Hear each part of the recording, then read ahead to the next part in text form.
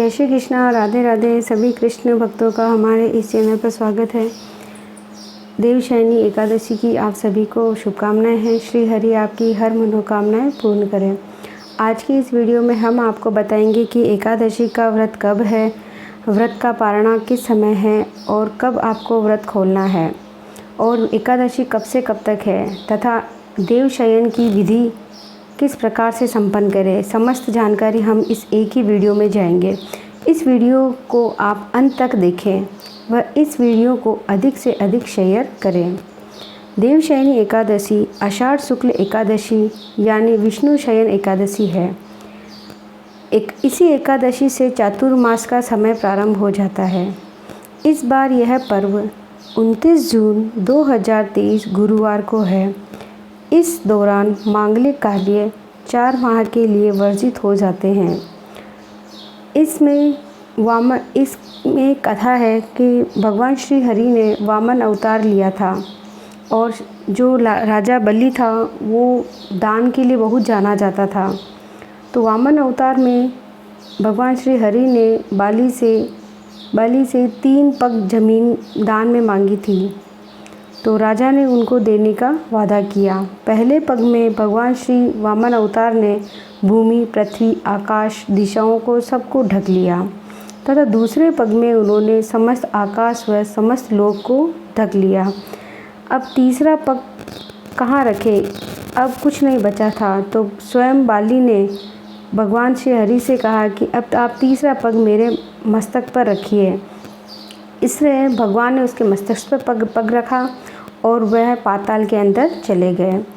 ऐसा कहा जाता है कि जो बलि बहुत दानी था, भगवान से उसने प्रार्थना की कि भगवान ये जो पाताल नगरी है, ये मेरा जो महल है, इसके अंदर आपका, क्योंकि मैं आपका सेवक हूँ, आप मेरे साथ विराजमान रहें। इसलिए भगवान 4 महीने तक पाताल लोक में अर्थात बाली के महल में निवास करते हैं। ऐसी है दान की महिमा। ऐसे दान से ही श्री हरि ने बाली को पाताल का राजा बना दिया था। बाली ने राजा को अपने महल में भी निवास कराया। तभी से भगवान 4 माह के लिए चातुर्मास को उनके यहाँ रहने लगे और देव उठनी एकादशी तक रहे। प्रत्येक वर्ष 24 एकादशी होती है। अगर अधिक मास या मल मास में ये एकादशियाँ 26 हो जाती है।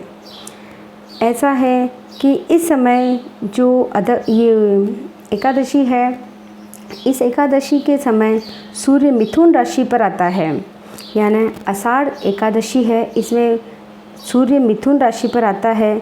तब से लेकर जो अगली एकादशी आती है तब तक भगवान विष्णु क्षीर सागर में विश्राम करते हैं। 4 माह बाद जब सूर्य तुला राशि में आता है, जब उन्हें जगाया जाता है, उठाया जाता है भगवान श्री हरि को, वह एकादशी देव उठनी एकादशी कहलाती है। यह एकादशी कार्तिक शुक्ल एकादशी है। धार्मिक कार्य व मांगलिक कार्य जो पहले आषाढ़ शुक्ल एकादशी से समाप्त हो गए थे 4 महीनों के लिए, वही वापस सभी धार्मिक कार्य, शादी, विवाह, मुंडन, गृह प्रवेश, सभी कार्य वापस शुरू हो जाते हैं। चातुर्मास में वर्षा ऋतु में जो छोटे छोटे सूक्ष्म जीव बहुत उत्पन्न हो जाते हैं और रोग लोगों को सताने लगते हैं, वह अनेक जीव जो उत्पन्न हो जाते हैं। इसलिए कुछ लोग चातुर्मास का व्रत भी करते हैं। इस समय जो अपने चातुर्मास प्रारंभ होते समय हम अपने लड्डू गोपाल को भी शयन करा सकते हैं और फिर उनको देव प्रबोधिनी उठनी एकादशी इस वर्ष 29 नवंबर 2023 गुरुवार को है। और इस जो एकादशी है, ये देव शयनी एकादशी, इस एकादशी पर दान का विशेष महत्व बताया गया है। एकादशी भगवान श्री हरि को सबसे प्रिय दिन माना जाता है। अब हम बताते हैं कि जो एकादशी है देव शयनी एकादशी, वह कब प्रारंभ होगी। देवशयनी एकादशी 29 जून गुरुवार प्रातः 3:19 से शुरू होगी और इसका समापन 30 जून रात्रि 2 बजे होगा। और अगले दिन हम व्रत का पारण 30 जून को करेंगे। और इसमें कुछ जो एकादशी व्रत है, यह व्रत कुछ व्यक्ति जो व्रत कर सकते हैं, कुछ माताएं बहनें, और जो व्रत नहीं कर सकते हैं उन दोनों को कुछ विशेष रूप से इन चातुर्मास में कुछ विशेष नियम है, इनको ध्यान रखने योग्य बातें हैं कि आप इस दौरान किन नियमों का पालन करें। तो वह नियम, चातुर्मास के समय जो अपन भोजन करते हैं उस भोजन में आपको लहसुन प्याज का त्याग करना है, मूंग और कटहल को नहीं खाना है, दूसरों के घर एकादशी के दिन दूसरों के घर पर बना हुआ भोजन भी हमको नहीं करना चाहिए, और ब्रह्मचर्य का पालन करना चाहिए। जो साधक पूरे चातुर्मास के व्रत करते हैं उनको इन नियमों का विशेष पालन करना चाहिए। गौ माता का पूजन करना चाहिए, तुलसी की पूजन करना चाहिए। और फलाहार के लिए आप क्या ले सकते हैं? फलाहार में आप चाय, कॉफ़ी, दूध, शरबत, फल इत्यादि ले सकते हैं। और इस दिन आप जो नमक हो वो सेंधा नमक ही इस्तेमाल करें, सादा नमक न खाएं। और मिर्ची में काली मिर्ची हो सकती है, तथा अपने घर पर ही बना हुआ शुद्ध जो फलाहार होता है उसी को आप ग्रहण करें।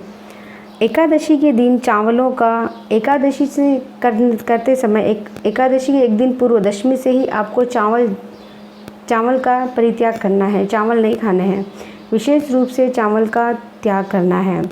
एकादशी के दिन आपको नाखून और दाढ़ी ये भी नहीं करने हैं, बाल कटिंग ये नहीं करवानी है।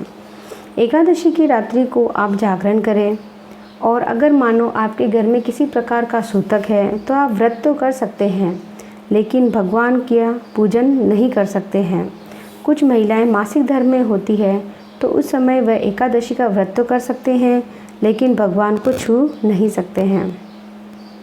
एकादशी के अगले दिन जब हम पारण करते हैं तो ब्राह्मणों को भोजन करा सकते हैं, अथवा अगर अब ब्राह्मणों को भोजन कराना संभव नहीं है तो किसी ब्राह्मण को आप सूखी भोजन सामग्री, आटा, दाल और उसमें तेल, नमक, सूखी सामग्री, घी वगैरह, तेल, ये उनको दान दे सकते हैं।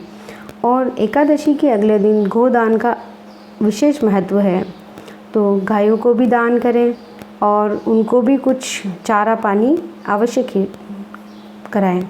रात्रि में भगवान का स्मरण अवश्य करें। एकादशी के दिन जब भजन होते हैं उनमें आप अवश्य करें। और फलाहार, अगर आपकी तबीयत सही नहीं है, अगर आप बीमार हैं तो आप एक समय फलाहार और एक समय आप भोजन कर सकते हैं। 4 महीनों के लिए चातुर्मास करते हैं तो एकादशी के दिन आप केवल एक समय ही फलाहार करें तो उचित होगा। फलाहार भगवान को स्वयं जब हम एकादशी व्रत करते हैं उस समय हम फलाहार करते हैं तो पहले भगवान को समर्पित करके फिर हमको फलाहार करना चाहिए। अब आप अपन पूजन विधि के बारे में जानते हैं कि एकादशी के दिन किस प्रकार से भगवान की पूजन विधि करें। सबसे पहले होती है स्थापना करना। सुबह जल्दी उठ जाए, ब्रह्म मुहूर्त में उठकर स्नान इत्यादि से निवृत्त हो जाए, फिर अपने सूर्य देव को जल अर्पण करें, अपने प्रभु को स्नान कराएं, उनको गंगा जल से स्नान कराएं और इस दिन स्वयं भी पीले वस्त्र पहने और अपने लड्डू गोपाल को भी पीले वस्त्र पहनाएं, या प्रतिमा जो भी है भगवान श्री हरि की उनको पीले वस्त्र धारण कराएं। और उनको स्नान कराने के पश्चात आसन पर अष्टदल कमल बनाकर अनाज से उसके ऊपर पीला वस्त्र बिछाकर भगवान को, श्री हरि को विराजमान करें, तथा उनके पास में एक कलश ले, तांबे का कलश ले, उसमें जल भरें व नारियल रखें व साथ में अशोक के पत्ते अवश्य रखें और उसके साथ में स्वास्तिक बना, और उस कलश के ऊपर आप स्वास्तिक बना के पूजा करें तथा एकादशी की कथा अवश्य सुनें। इस प्रकार से मेरे द्वारा आपको एकादशी के बारे में जो जानकारी दी गई है अच्छी लगी है तो हमारे इस वीडियो को लाइक करिएगा। आप हमारे चैनल पर नए हैं तो चैनल को सब्सक्राइब कीजिएगा। एकादशी की कथा मैं आगे वाले वीडियो में ज़रूर लाऊंगी। जय श्री कृष्णा, राधे राधे।